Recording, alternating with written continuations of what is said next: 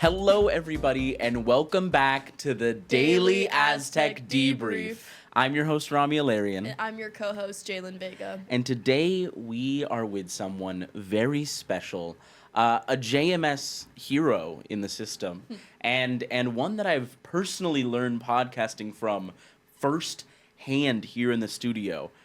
So almost the grandfather of this podcast. I don't think I'm that old, but okay, makes me feel like, yeah. No. Great. If I'm the father of this grandfather. podcast, you were the podcast grandfather. Okay. I would be the father, you would be the Gotcha, grandfather. okay. And you have a pretty interesting class. I'd let you do the intro and introduce kind of what we're talking about here today and maybe why it matters. Yeah, so I teach a course currently on Bad Bunny. It's called Bad Bunny, Perreo, Performance, and Pop Culture Politics. And the class has gotten a lot of national attention for just the subject matter. I think Bad Bunny himself has done a lot in the last couple of years, and he's won all these awards. And so he's very much on the top of everybody's mind. And then the Super Bowl halftime show, I think, brought both praise and controversy. And also here on campus, students just want to learn about cool things and how they're going to use, specifically in JMS, how they're going to learn how are they going to use what they learn in the classroom and apply it to the profession. And so I think this class kind of addresses so many things. And I'm a pop culture person and I listen to Bad Bunny, so I think it's a win-win situation. So you saw a need for the class and you went from there. Could you kind of walk me through the steps of maybe the idea of the class and then how it came to be and I guess how you made the class in the first place? Yeah, well, all of this, I think, starts in the year of our Lord, 2016. When I first got here to San Diego State. And so we're an HSI, Hispanic Serving Institution. Mm-hmm. I came from Texas. And when I got to JMS, one, there wasn't a lot of Latino people there. And I noticed that none of the classes even spoke to anything that had to do with global media, Spanish media. We're on the border, like not even border media.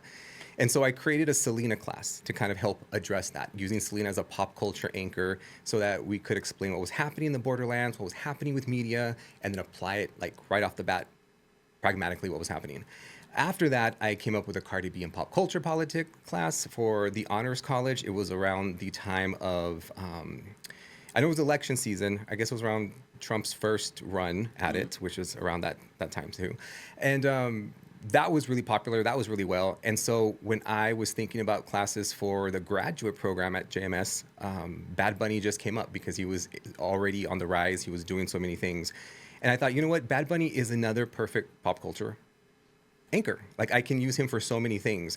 And I started creating the class to pitch it to JMS. And as I was creating the class, just more things kept happening with him, more things. And so the first iteration of the class for Bad Bunny, I taught back in 2023, and it was a graduate-only class. And we didn't do it the semester afterwards because people were on break, people were on sabbatical, I had to cover other classes. And so when we're thinking about the spring semester for 2026, I brought it up again. Hey, how about Bad Bunny? He's done even more stuff. He is connected to so many things. It's right what our students are listening to. It checks a lot of the boxes. And so our director, Temple Northup, was like, yeah, let's do it. And so it just so happened after we put it through that he had the residency, he had the Super Bowl, he won the Grammys. And so it's kind of all just falling into place and working out. But it really started off as just wanting to fill a void here at San Diego State. Specifically in JMS, where we did not have that representation for Latina students. A lot of the classes that I've seen that have been on artists, not just here at SDSU, but other schools, Beatles, Michael Jackson classes have been people in the past. You're saying that things are constantly coming up. Is it difficult to kind of work that into the curriculum, or is it perfect for you? You know, it's a little bit of both. I think I have a structure already. From the first iteration of the Bad Bunny class, I started writing a book. So I have a book already that's already on draft number 6 that I'm working on right now. It's going to come out in spring of 2027. And it's about Bad Bunny, and it's about global flow of media. So it's literally every chapter is a module in the course. So the structure is already there. It helps that things keep happening live in real time because then students can respond to it. Students can bring it back to me or to the class and talk about it. So it's good that it's all sort of happening at the same time. So I love that I have the structure there and the readings, but I also love that I have the flexibility to be able to connect things as they happen in real time. Do you usually go by kind of just the history of Bad Bunny and how it came to be. Tell me a little bit about maybe the curriculum itself in the class. Yeah, so with the curriculum, you have to build on the foundation of something, right? And so for me, it's always about identity and media. So for the Bad Bunny class, the first couple of modules are really learning about colonialism, the history of Puerto Rico, the history of the relationship with the United States, the global flow of media, what the presence of what most call here in the United States Hispanic populations, Hispanic music, Hispanics broadcasting, Hispanic voting, like all of that stuff. And so we learn about that, then we learn about intersectionality and positionality, and then we start talking about Bad Bunny. And so once students have that foundation and they have the toolkit, then they can start jumping in and dissecting. And we start off with reggaeton, the history of reggaeton, Bad Bunny's contribution to it, talk a little bit about his past as well too, because that's very important to also his sort of positionality and why he's such an advocate for Puerto Rico and why his social justice is like at the forefront. And then after that, we just build on everything else. We build on how the music and what he does, the celebrity of him, helps break gender norms while still constraining them, how he's changing sort of the way women are sexualized in reggaeton, but still within boundaries, because there's still some of it that he does as well, too. And then we talk about the commercialization of Latinx, Latina individuals, his brand deals, and how that can transfer over into how we understand the power, the buying power of the Latinx, Latina population in the United States. And then from there, we talk about tours and spaces. We talk about Coachella, or we're going to talk about Coachella, and his residency and what that means, not just for music, but also for representation and for social justice issues, and how it's highlighted so many disparities. And then the last part of the class is all about social justice, how the internet and how music has facilitated that social justice, and how he's still on top of that and doing it now. And in between there, we talk about whatever happens, Grammys, Super Bowl, controversy, Kindle, whatever. What did the Super Bowl portion look like? Because I know that's been talked about. Yeah, you know, the Super Bowl one was a phenomenal show. I think it was fantastic. If you look at it, not just musically, because I like, you know, the Bad Bunny songs, but also just the production of it. Like, it was flawless. It went without a hitch. The camera work, like, everything was great. And I think even before the Super Bowl happened, just when they announced that he was going to be the headliner, controversy started, only because he was a Spanish-speaking artist. And so when the class started, that controversy was there. So there was a build-up to the Super Bowl. What was going to happen? What was he going to perform? What was he going to wear? People thought he was going to wear a skirt on there. Like, all of these things, these conspiracies. I saw the AI-generated photos. Yeah, you know, and he's worn skirts before. You know, he's a very fashionable person.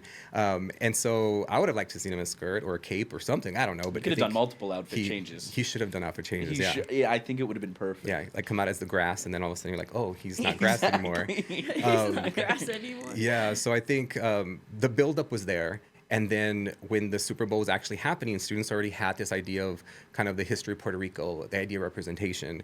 And they had an assignment where they had to watch the Super Bowl halftime show and then collect comments from people on social media, negative and positive. And then the next week, we just dissected the comments. We dissected the show itself. We dissected representation. And so the days after the Super Bowl were really interesting in class because students were just so eager to talk about it. They had not just their own opinions and their likes and dislikes, but also the vocabulary now that they could put that into some sort of logical sense and argue for it or argue against it. So it was a really great time in the course. And it still is. We're still talking about the Super Bowl halftime show.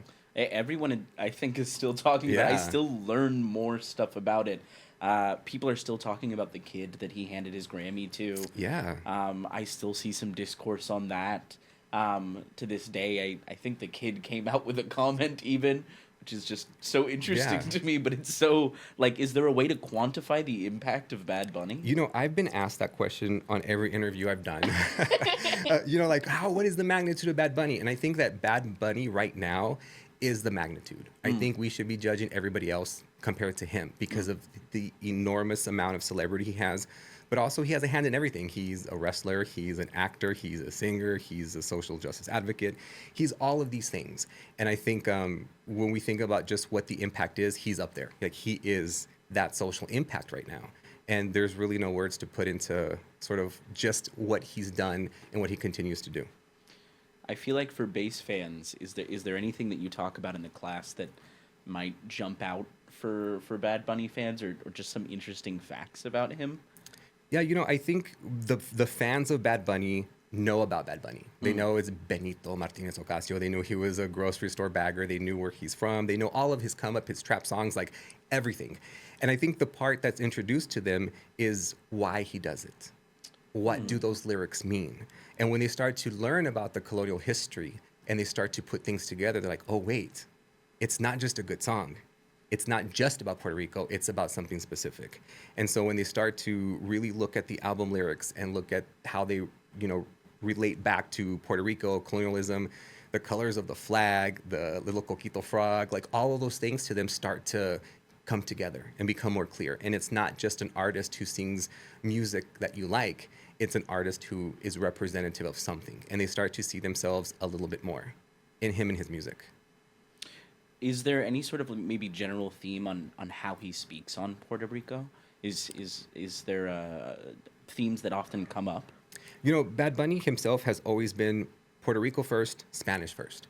And so it just depends on the context. He's always going to put Puerto Rico in there. His videos are always going to have the flags. He produces with the same group of friends he has since he was young. He, uses Puerto Rican artists for his content, a Puerto Rico designer, Puerto Rico photographer, like all of this, right? He keeps there. The residency itself in Puerto Rico to also help with the economy. And so I think the theme is just Puerto Rico first. I mean, that's what he thinks of. He thinks of the culture, and he is always authentic. He doesn't water it down. He doesn't say, oh, I'm performing at the Super Bowl, so I'm not going to do these things, or I'm in this movie, I'm not going to do these things. He's always authentic. And I think that are the main themes, is just authenticity, Puerto Rico first, Spanish first.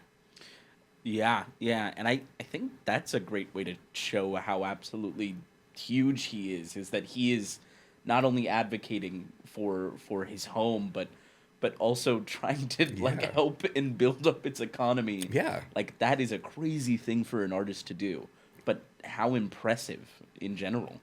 Yeah, and not just in that aspect, right? Like, he's doing the social justice, he's helping everything, but he's also making really good music. Like, Yes. his music is really good.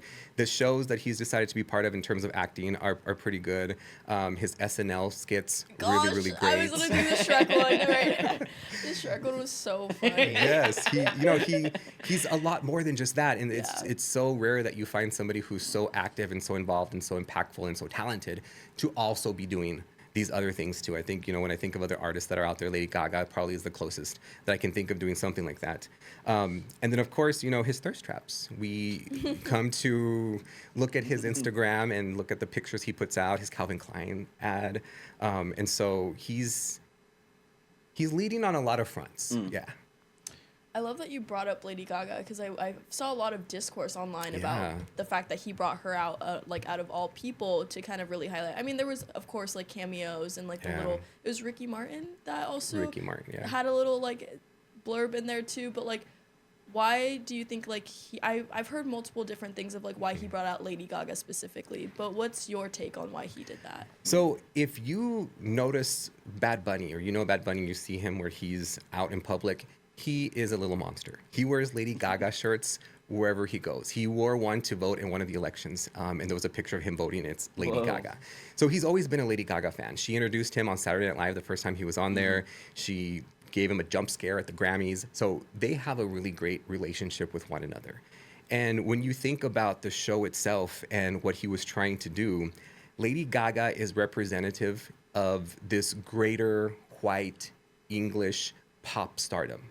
And for the longest time, English was said to be the main thing. You had to cross over to make it. And people who were Spanish speakers, singers, or Korean, or any other language had to adapt. They had to sing in English. They had to dress American. They had to cater to this specific genre and aesthetic. And what Bad Bunny did was say, no, it's Spanish, it's Puerto Rico. And so what we see with Lady Gaga is, one, yes, he's a little monster, but we see her as a white pop star, sings in English, have to adapt her music and her style to Bad Bunny and to Spanish. And so I think that was political commentary. I'm sure Lady Gaga was okay with it. She got to perform, and she got to be with Benito, and she got to be more social justice oriented, which is what she is all the time. And so I think just what she was wearing with the color of the light blue, the original Puerto Rico flag, the way she was dancing, the national flower of Puerto Rico that she was wearing here, all of that I think was a lot of the commentary of Spanish is no longer on the periphery. And English and mainstream America, United States is no longer the center. So he decentered it, he decolonized it, and Lady Gaga just happened to be there to help it along the way. Fascinating. Yeah, and I would say, I mean, is he a pioneer in the sense that trying to break things away from having to be America-centered, U.S.-centered, branching out to other cultures? Yeah, you know, that's a really good question to go back to my book, because that's okay. that's sort of kind of the premise that the book is built on, right? Is that we've had a lot of people before him. We've had migration. We've had Spanish-speaking singers and actors here in the United States. Celia Cruz, right? Rita Moreno, like all of these stars that are here. And so in order for Bad Bunny to run, they had to walk, right? And so he was, or I guess it's the opposite, right? He got to rock so that they could run her. Whatever metaphor that is. I'm sure he has a better one in Spanish. So the migration was there. The routes were there. There was people who helped build Spanish language radio stations and TV stations here. And then, of course, the globalization and digitization of music on all these streaming platforms and social media. So the routes were there. The mechanisms were there the whole time. So Bad Bunny was able to take advantage of them, harness them. And I think he's one of the first artists to be in a position where all of that is available to him. On top of that, he's talented. The stuff he makes is really, really good, right? So I think all of that's like the perfect storm for him.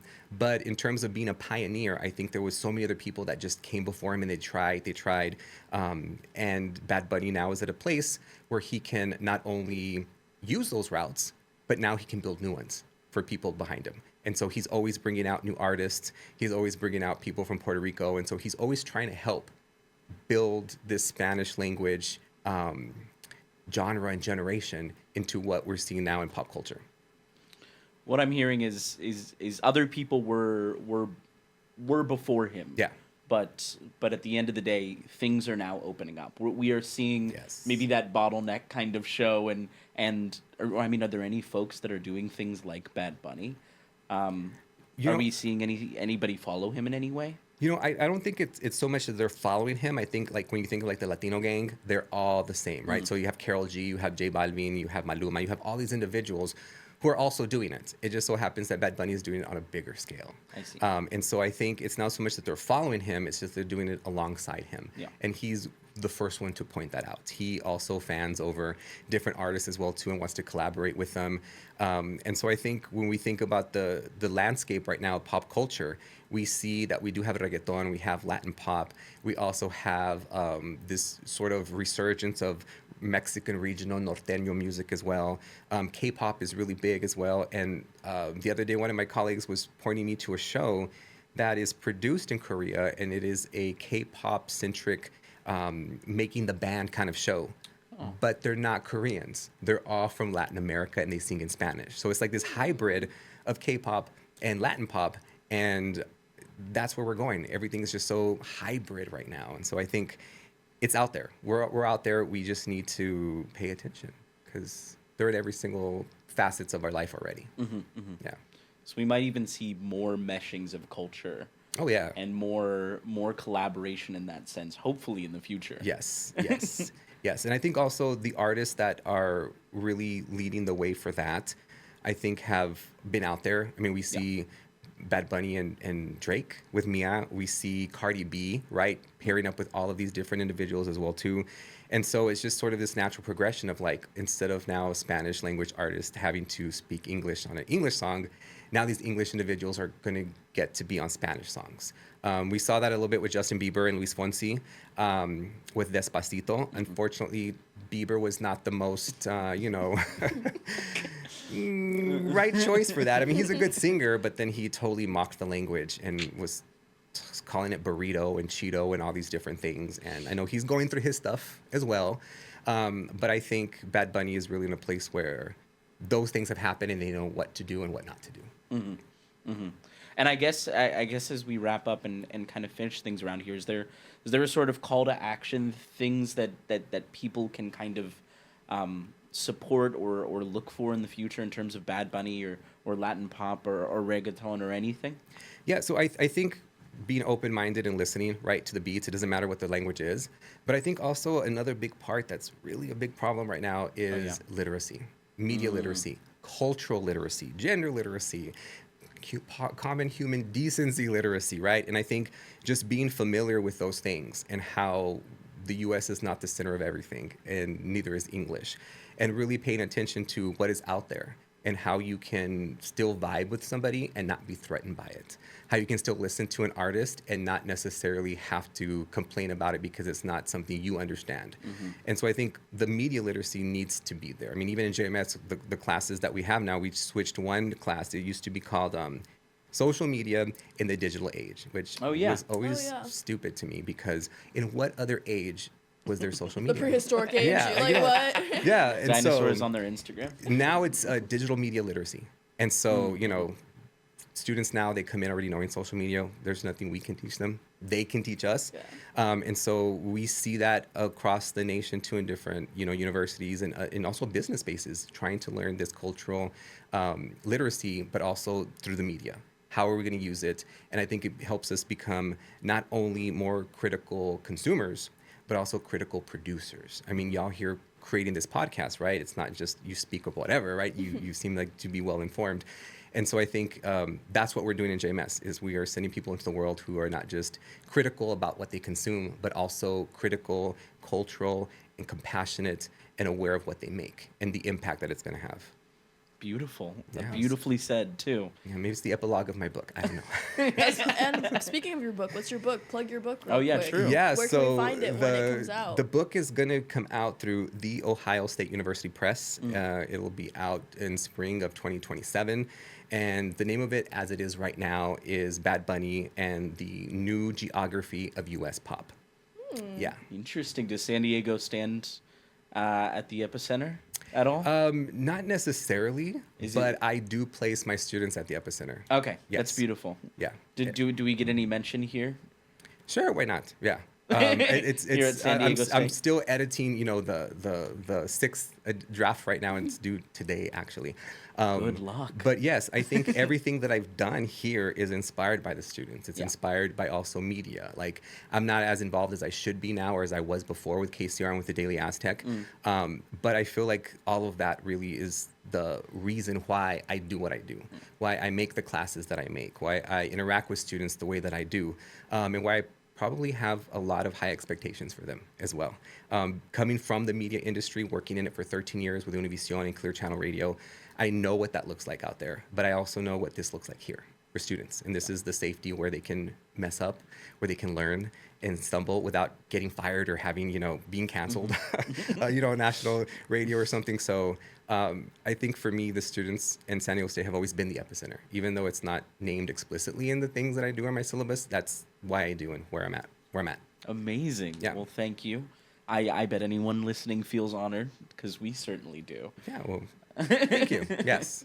And thank you for joining us today. I appreciate you talking. I appreciate you making us a little bit better Bad Bunny experts. Yeah, and just watch his videos, listen to his music, buy my book, take my class. We're also going to offer the class again, summer session 1.